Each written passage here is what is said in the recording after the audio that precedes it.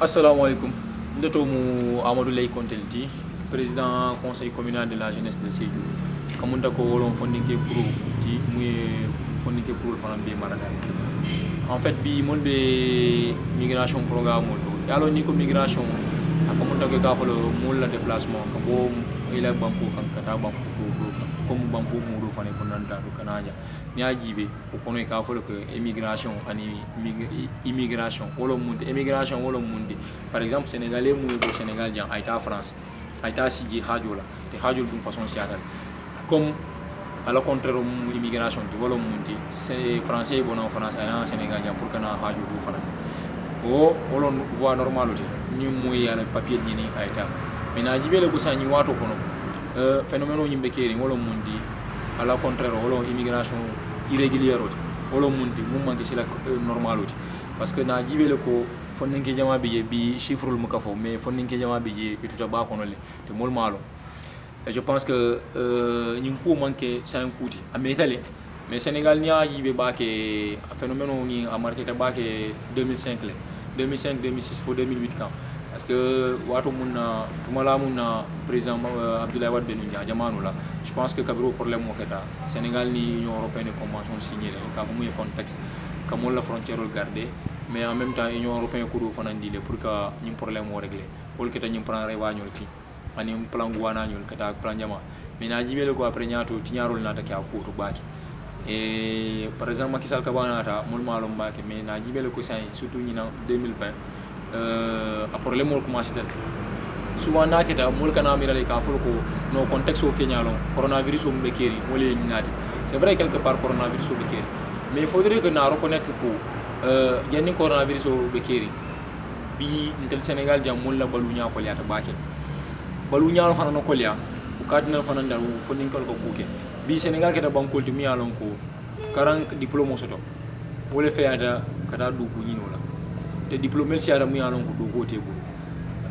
entre autres o fana be keri ne mais ñaagi be fana phénomène mu fana asiandi fana ñaagi be mulkata bato de morol sen wolle siata baake mun kata ñin contexte la e ñaagi be o fana ule o sabu parce que ñol mun ka ñini mbako wolle fana mu ka soto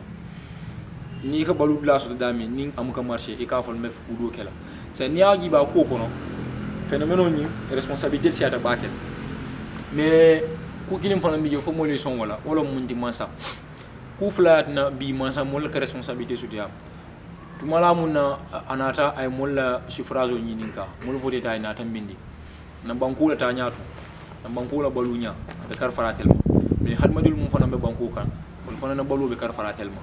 donc no be keri ko ku be mol kan ta jata kende awo na karan wo na formation wo na koku atela responsabilité bigel donc akamunta ko ni ku be keri afana la part de responsabilité sur la contrôle ñaagi be bi Sénégal te kere banko ti mi alon ko mon la éducation la plupart est comme karani depuis école maternelle fo université mais pour que do ko kono il va falloir que concours passer au concours nya passer kana formation ki sanni fula pour ina dunje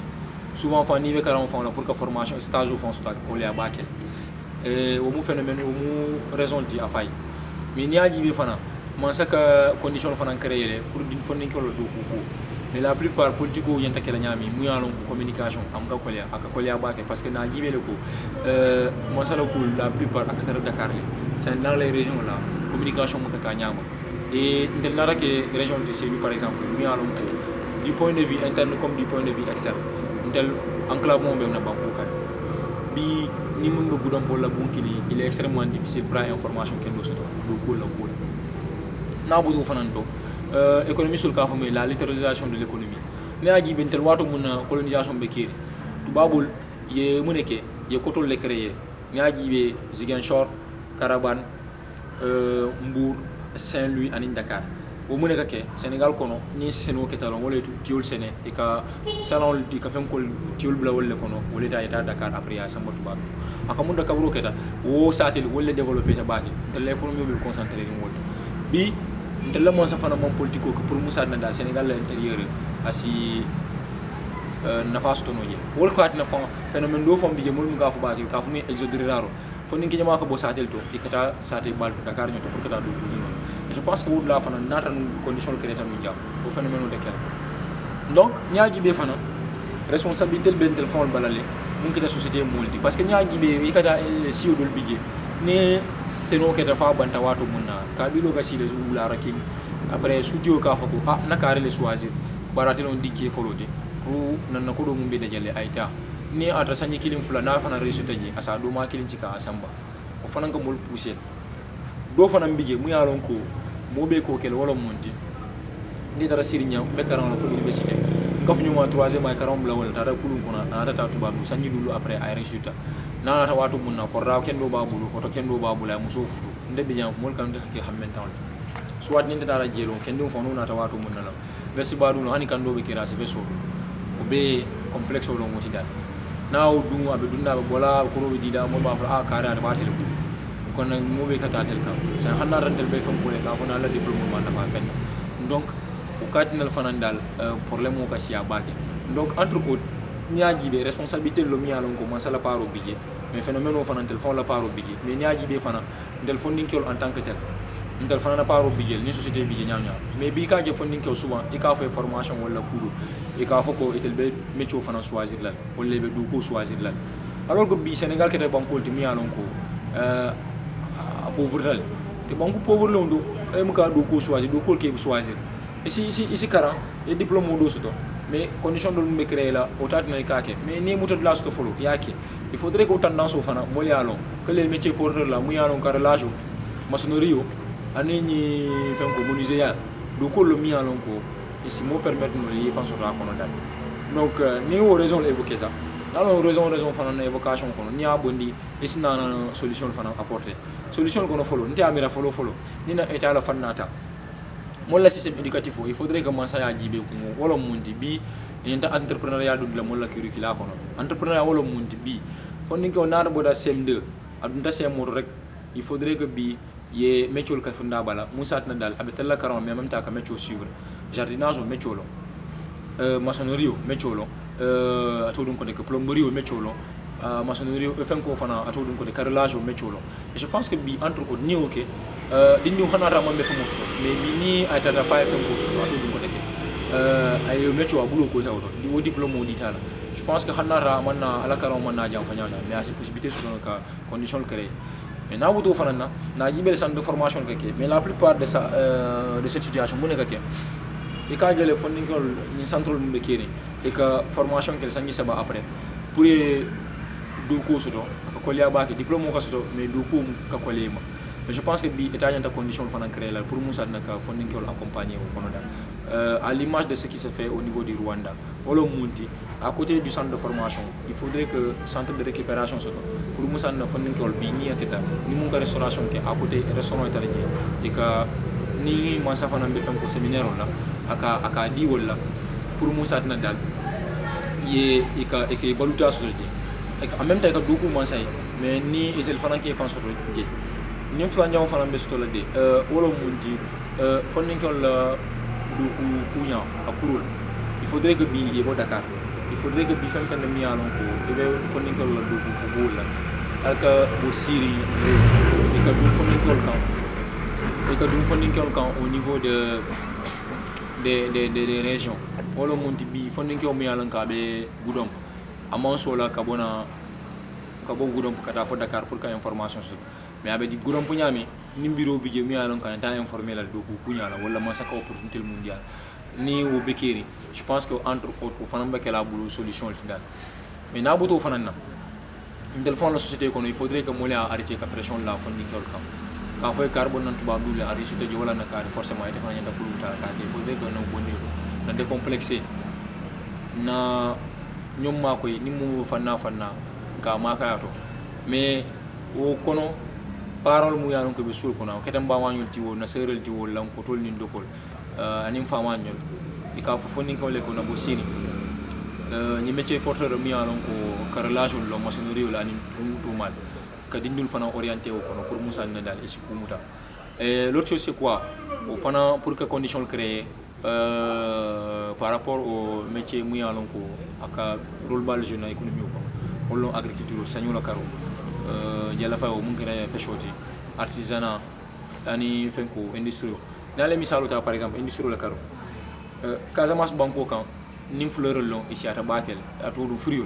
mun keta ku molti wo orange ou pampal musol ani mangol ni sitol ni fenkol kaba. Je pense que précial est comme on a bi ni petite et moyenne industrie crédit ni petite et moyenne entreprise peut-être que égal ka au fruit transformé au be condition fana au be fonding permettre nous la katu jam dans d'autres secteurs aussi puis ni condition créées auto dal pour que ka dindul ma ko auto par exemple ni aji bente dans la zone sud fonding ki jama bi je ka jakarta borondo kele mais wol ka il a famille et suturo bo kan kané mais je pense que bi ni condition fana créées wolé wolo kono yo ko métier ti mi alon ko ça devrait être un métier porteur pour Moussa Nessi fan na fa kono ya venir au soutien kono je pense que moi ça encore à travers le ministère de la formation professionnelle conditions se créer nous le pour que le fana accompagner au kono dal. Et l'autre chose c'est quoi, c'est par rapport aux structures on le monte bi fondinkel mi alon ko e be culture le carola théâtre voilà waouh artisanat. Il faudrait que bi Sédhiou par exemple Sédhiou village artisanal au soto namra no soto artisanal be permettre no la cadre mais cadre fana soto infrastructure pour que talon les clordé par exemple bi théâtre lal bi ni la fakka théâtre OK ko condition montra créer mu ya lon ko bi be kala bi salle du mal be sin sate to mu ya lon ko dim karak spectacle kala jek wala possibilité du mal les bébou il faudrait que état ka ol fana accompagne musicien ou dol sportif pour que ni infrastructure soto mais formalisation fana ni ngumbe kéré qui est formalisé pour que fana dans le cadre des cultures urbaines il fana se bénéficier de subventions là moi ça la carola pour qu'il accompagne. Je pense que bi ni condition de mal fana créé da bu ñama bi mu ya lon ko ol be régler no la et puis namra dal mu fana té tala xamu solo ba pour que dal tuba parce que bi dal je pense que ni même fonding ko dol mi alon ko be sene ku fanna la wala ni agriculture ni ku je pense que bi yantam accompagnement qui est la carola namra ni ko té dal conditions sont réunies pour Moussa. Voilà, le dernier message c'est que vraiment ça nous écœure, n'est-ce pas, ce phénomène de l'immigration clandestine. Donc ce que nous voudrions demander, l'État qui a la charge vraiment des populations, que cet État-là puisse vraiment se mettre en garde pour vraiment aider les populations, surtout la couche jeunesse. Parce que je l'ai dit, la jeunesse, c'est le socle, c'est l'espoir d'une nation, c'est le socle du développement d'une nation. Donc cette jeunesse-là doit être bien traitée et par conséquent, tout le reste revient à l'État. Maintenant, aux jeunes, c'est de croire en soi. Aller à l'Hexagone n'est pas forcément synonyme de réussite. On peut être là et réussir. Il y a des milliers et des milliers de personnes qui sont restées ici et qui ont réussi leur vie. Donc à cette jeunesse-là, de croire tout simplement en soi. De croire en soi. Ici, nous avons la chance. Les ressources naturelles sont abondantes. Donc nous avons beaucoup de potentialités qui nous permettront en tout cas d'embrasser le chemin du développement. Donc c'est possible. Donc vous également, je voudrais vraiment vous féliciter pour le travail que vous êtes en train d'abattre, ce travail de communication que vous abattez en tout cas par rapport à des phénomènes de société comme l'immigration. Donc c'est ce que je voudrais en tout cas dire pour vraiment clore cette vidéo.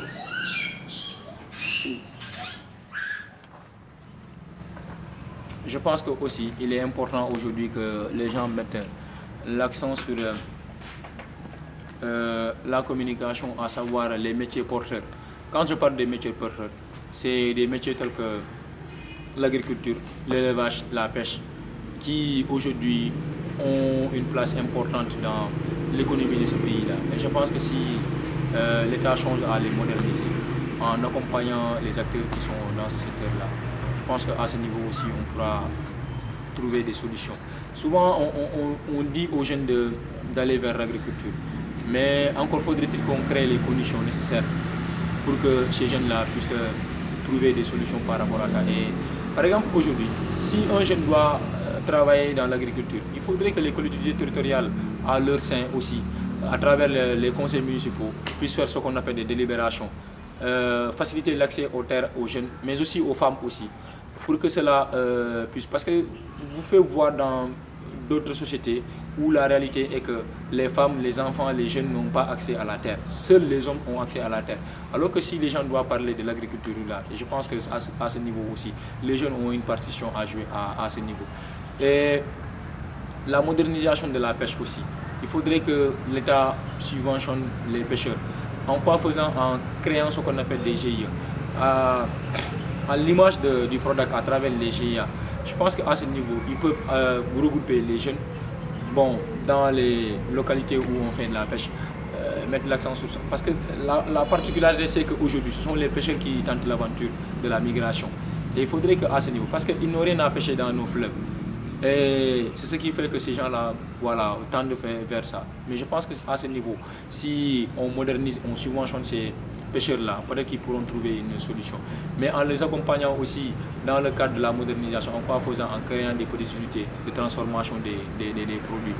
tels que les sardines et autres, là, je pense que si on met cela à leur disposition, peut-être que là, les gens peuvent trouver une solution. Mais moderniser aussi le secteur du tourisme. Par exemple, quand vous prenez une zone comme la Casamance est une zone touristique, mais elle n'est pas modernisée. Et je pense qu'à ce niveau aussi, l'État doit réfléchir et mettre en place ce dispositif-là. Parce que si vous remarquez bien, nous n'avons même pas de service de tourisme ici à Sédhiou, encore moins à Kolda. Et je pense qu'il y a matière à réfléchir à ce niveau aussi. Le secteur de la culture aussi. Je pense que c'est un secteur qui mérite d'être accompagné. Si vous remarquez bien, la plupart du temps, beaucoup de jeunes s'activent dans le cadre de la culture, que ce soit dans le domaine de la musique, du théâtre ou d'autres choses. Et je pense qu'à ce niveau, ces jeunes-là méritent d'être accompagnés. Et d'abord, mettre l'accent sur la formation de ces jeunes-là. Après la formation, créer les conditions pour que ces jeunes-là puissent travailler en les regroupant dans une entité d'abord en les accompagnant dans leur formalisation. Et c'est une fois qu'ils ont cette formalisation-là, qu'ils puissent bénéficier. Par exemple, souvent, qu'est-ce que nous voyons? La plupart de ces structures de jeunesse-là ne sont pas trop accompagnées dans le cadre de la culture. Et l'autre chose, c'est quoi? C'est par rapport au monde sportif aussi. Souvent, nous voyons que la plupart de nos régions du Sud manquent d'infrastructures de sport permettant aux jeunes d'éclore leur talent. Je pense qu'aussi à ce niveau, il y a matière à réfléchir et que l'État doit mettre l'accent sur ça. Parce que la question de la migration, c'est une question transversale qui touche tous les secteurs. Parce que si c'était un seul secteur, peut-être que c'était le ministère de la Jeunesse qui devrait régler cette situation. Je pense que c'est un secteur qui touche le ministère de la Jeunesse, l'emploi, la formation professionnelle. Et c'est ce qui me permettrait de parler aussi de la question des sortants des centres de formation, que ce soit le centre de perfectionnement des artisans ruraux, CPAR, ou le CFP, le centre de formation professionnelle. Je pense qu'à ce niveau, ces jeunes-là méritent d'être accompagnés. Parce qu'il ne sert à rien de faire 3 ans de formation et qu'à l'issue de la formation, vous avez votre diplôme et que vous n'avez pas d'accompagnement de la part de l'État. À l'image de ce qui se fait au niveau du Rwanda, je pense que cet exemple-là doit être copié ici au Sénégal pour que les gens puissent faire cela. Et je pense que si toutes ces conditions-là sont réunies, peut-être qu'ensemble nous pouvons trouver une solution par rapport à ça. Nous, étant structure de jeunesse, ce que nous pouvons faire à ce niveau, c'est créer les conditions pour sensibiliser les jeunes, leur montrer que nous pouvons rester ici et réussir sans pour autant aller vers l'extérieur. Parce que l'Europe d'antan n'est plus l'Europe d'aujourd'hui. Et l'Eldorado que les gens pensent n'existe pas. Et que la tendance est vers l'Afrique. Et encore faudrait-il que les Africains croient en eux-mêmes et que nos dirigeants aussi jouent ce rôle-là pour que nous puissions travailler ici. Si jamais que ces conditions sont réunies, je pense qu'à ce niveau, nous pouvons régler cette situation. Sinon, ce sera très difficile. Merci beaucoup. Amisal. Bonjour, c'est Mam Ali Diallo, plus connu sous le nom de Pape Diallo, acteur politique au niveau de la base, c'est-à-dire au niveau de Sédhiou, étant également un conseiller municipal au niveau de la mairie de Sédhiou. Donc je voudrais échanger aujourd'hui avec la jeunesse de mon pays de façon particulière et la jeunesse du monde de façon générale par rapport à un phénomène, par rapport à une problématique qui est l'immigration clandestine. Chère jeunesse, vous savez bien que nous avons traversé il y a de cela quelques mois, n'est-ce pas, une tragédie par rapport à ce phénomène. Nous avons perdu en mer plus de 400 jeunes qui sont entre 18 à 35 ans, ce qui constitue en tout cas une difficulté pour l'émergence de notre pays. Parce que l'espoir du Sénégal, l'espoir de notre nation se repose bien entendu sur la jeunesse. Et cette jeunesse aujourd'hui entame un voyage qui est incertain, qui constitue en fait l'immigration clandestine. C'est pourquoi je voudrais échanger en tout cas avec mes pères jeunes par rapport à cette problématique. Effectivement, si on remonte dans l'histoire, l'immigration clandestine est un phénomène qui a tant duré, qui a sacrifié, qui a tué. Donc c'est pourquoi je voudrais inviter à mes pères jeunes qui veulent voyager d'emprunter la voie légale. La voie légale, ce ne sont pas des pirogues. La voie légale, c'est de demander un visa là où on veut vraiment s'y rendre. Effectivement, beaucoup de gens aujourd'hui veulent quitter le territoire sénégalais pour aller à l'étranger, à la recherche du bien-être. Mais chère jeunesse, le bien-être pourrait vraiment se trouver au Sénégal. On peut être au Sénégal et réussir. La réussite, c'est également chez soi. Et quand on est chez soi, on réussit. Et là, vous constituez un modèle et vous constituez une fierté. Il y a des exemples quand même de réussite dans cette ville, dans ce pays. Donc c'est pourquoi vous devez copier soigneusement sur ces gens-là qui ont réussi au niveau local, au niveau de leur pays, et qui sont en train de mener des preuves, n'est-ce pas, de réussite. Donc la réussite, c'est également ici. C'est en Afrique, c'est au Sénégal que nous trouvons des terres neuves qui permettront aux gens de réussir. Le paradoxe,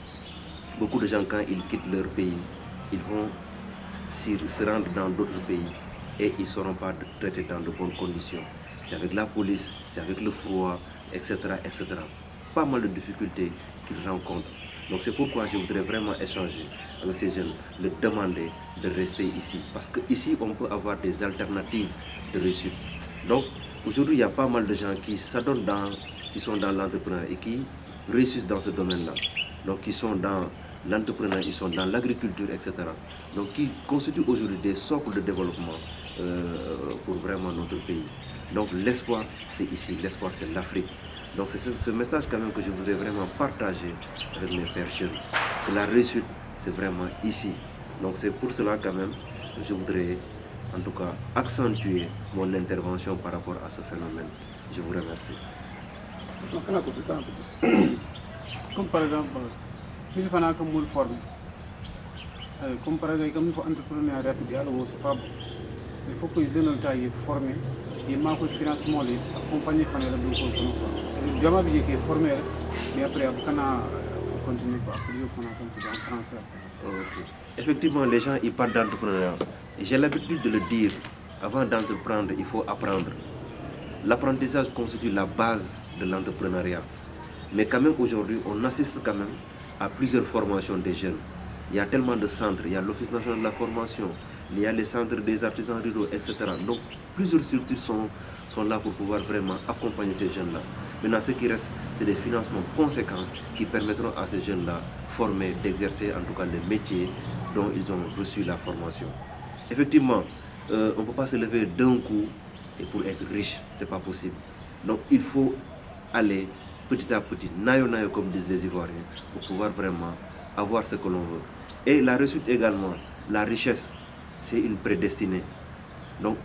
avant d'être né, donc on a cette prédestinée qu'on doit vraiment avoir tant de choses dans sa vie. Donc l'essentiel, c'est de croire en soi. C'est pourquoi je voudrais dire à mes pères jeunes de croire en soi. La croyance en soi est le socle de la réussite et le chemin de la réussite. Donc pour l'entrepreneuriat, effectivement, l'État est en train de faire beaucoup d'efforts. L'État est en train de faire beaucoup d'efforts. À l'époque, depuis l'FNPJ, l'ANPEJ, aujourd'hui il y a tellement de structures, la terre, qui sont en train d'accompagner en tout cas les jeunes pour vraiment rester ici et travailler. Donc encore une fois, moi c'est ce dont je crois, c'est ce que je voudrais vraiment demander à mes pères jeunes, n'est-ce pas, de croire en soi et que la réussite c'est ici.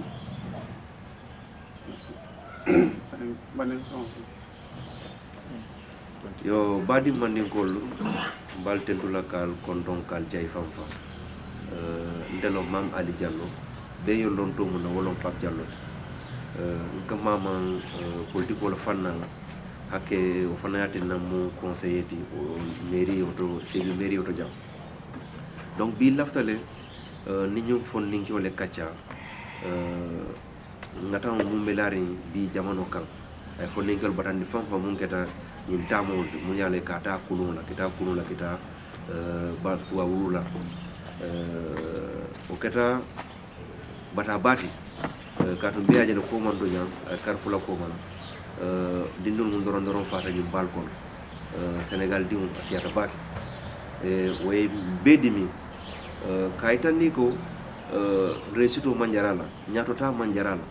katu hani itata londo tiol fon la fanna yolo fe ko a manjari ye fanfa pour kayta ko do soto donc ni sita jang ibe do ko wala yenta muso le basoto la amon ka fen tar tubabu du wala barkata dunya diol beti hani wonte dol bi jarne nana man futa ina man do avion kono bari be la ko tamando la jang ila ni la entreprise ol de mol ma ko wala e ka mol employé donc wolde ngamro no nyabo mol le Sénégal jang donc mum bije wolon ka jiki fanna kon te nimbi tan nimbi jam bero sur non nan nimbi jam ben na dunya ko tamande non nimbi jam be mol ma ko non donc wala na fan ni fonni ki wala kacha wala ni video do ka tandi la ko dunya de ala ala ko be de faye bandi mo nyanta mo sotal ba so am jari ye fam fa man be jari dum ba kon e de fam fa wala donc mol bi janne mul ya lonko nga fonu ko mon tak ina man tamali na man du avion kon bari yere dunya ko wunyal be soto janne ina man tamay di jam donc ko mol nga nyalol ka ya ka nyam fo resurta nyabule non masade fana bala kato kan e be dol former la e be dol financer donc bi mum bije wala funding kiol eta renseignement ni c'est d'absolu wala école de formation do pour que fana se bénéficier no ko dolla ye fam former no ye métier soto no o métier ko ne bola tamandi non pour que ye fa ila dunya ko soto no donc harjede ko ala la bul donc a manjari fam fala a manjari fam kadu ba kono ye nyotude donc bi fonninge aji jikolo be sembera ko o jiko manjari ye dum ba kono hani bija ikela hajo tam métier taman be la hajo jar non e mol la hajo jar donc wala la flan bi ni fonninge wala kacano pour que ni ko mun kata immigration clandestine ya ko tuje na doman jang harje ben tar la je donc nafta o message o le lancer na yo fonninge wala monsieur Diallo yamara amandi mi ko ka ko diplôme o tere buri ko Sénégal jang diplôme mi yalon koy medani no kabri dindi dunda école fay data menta e diplôme o soto ina da si sanji jama man na du ko soto no fay labanta Jakarta eso xammo fana tat na le maro buskata ki wa bato silol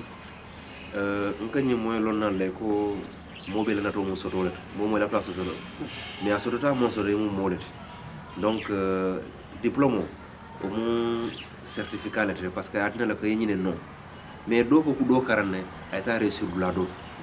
donc bi isundur ya fola ko hani ke tindula ni kato kije odula de o métier be mo wafiro mon avec kusile mal donc ndelata mo fola bi momode i harje ale o safele jani dalum fo donc bi nga doman de so fono fondinke wala que ni fembe ne ya doman c'est sûr que harje be nyanda mo so dunya ko le baso to donc lafto le tan dan par rapport au dinu karo dama ya fol fana ko formation suivre ni formation suivre après ça mais kana do l'état qui finance wol ka jama fana ni ko ya ko misal ni ka wasi ni sila jawala ni kata libi siloti ya no ni ko ya manjari eta sila jawala non seulement be ko do mun tinyala je c'est la entreprise no jam na fondinke do nabe non kacala ko nyeko atara fo sate dolto ay mun tinya ja be la wili ke mo sila ga wili ke mo bi de ni o investir no Sénégal ja hani seju ja do ko do sosolan abi wili ke me jamale wulule donc kam fa man jari wala man ni ko ka fa kaba ni to ba ju sufato tele kani banko do donc ye dota to mi wala harje bije ita harje asake no ta harje le man darobul wala no yo mariota donc ni ta do man to mi ni do bita bennal mu yalo i harje be tala wala donc man jari kam fa man yana tarla jarla ye décision ta mu yalo ko décision beton ta voilà ça samna fono fana parent le parce que najule parent men fana ke dimul plus parce que bi nim korda kono musufulal bije nindo dim be tubab du nindo tati je kaji nindo a jarta ala matériel wa ko la terrain wa ko sa dan fana dim sita samu conseil dino parent la samu fole wol ka dankene rek dunya ko mu dankene mol harjel man kanyal be ko kari o matne nin kari kanyal nin kari denda asoto o man na fa nyanta soto la forcé o kari nga fo janna ala le mo jon harje safi donc nalbe so kon albije mo ser do bi ya soto do be tubaab da ko fenkina ite de kana jutu do gonde le kam ka so kon parce que al symbole man kanya donc o magnatin na parole bi ike la terrain wafi be la beyon wafi la pour que dul ki silo la mu yala président bi natu la ni misaje donc amo dunya ko mo si alla fe ben da ni harje wallahi be musoto le baso toral donc parole de ngamere la manjari vraiment be dul be la beyon wafi la be la terrain wafi la pour que dindul e la dul samano to babudu e ta facile o ka amanjaral wo ko dore ni a investir ja c'est entreprise lo no fa e diwne parce que jandel na mol ngamere entreprise o wolon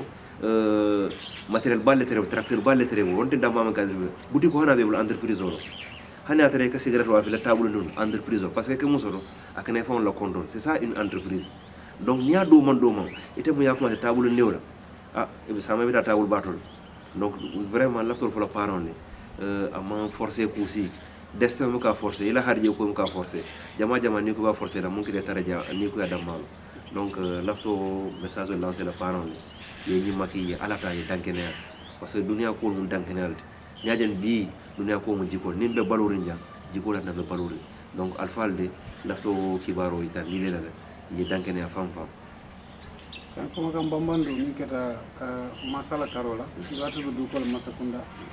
alsamuna fono mi satna bi fonninkel fa sa xamé ko tege ka sijan na al parité ko mu kuleki isana fonninkel sana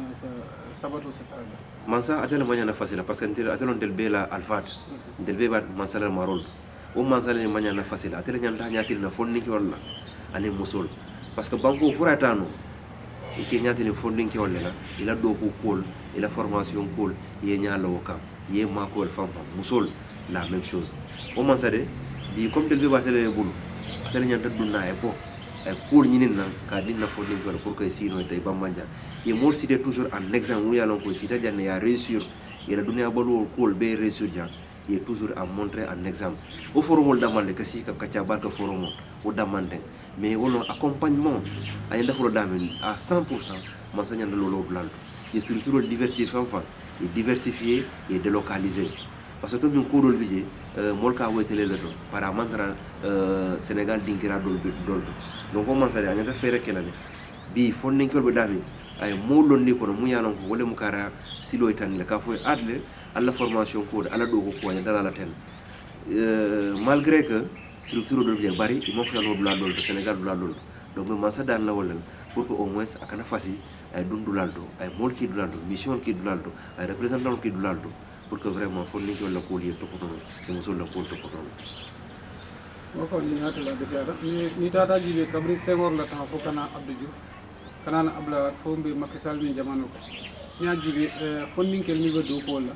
wala down do ata par rapport ke ban mbaka yalon géographique ka fole ko Sénégal ni tara corsi ni mol corsi sénégalais corsi fonninkel wala siar donc fonninkel wala muso tele be siar en Sénégal ja c'est normal que bi problème do les poser masabul bari mansa atele ñine nirlati atele ñanda fulila ay coopération libe au niveau Sénégal bandala ya dibé vraiment mo londi no la pour que fonninki won din musol ya mako no donc depuis 5 fois fo Abdou Diouf fo kina Ablaye Wade fo bi mbé bi Macky Sall ti lo di do ko le fonninki le meta ko mbolan parce que ngita ñami moko siya wala ñam banko que peuple wala ñam donc bi mu bijé wolon que donc partenariat ni entre le Sénégal et les autres pays pour que vraiment la funding qui est mako no le duko ko la formation ko merci monsieur Diallo qui tente que jay ka vraiment comme ko ni yata alma fana kala ya maro mutalata ni funding kel to mal mu moy bi c'est que kuma labo mi yalon ko ba la France dans la que ça be ba état la ñaade fam fam pour mi sana asi mira jamma fon parce que jamma fam mo jamale ka bokata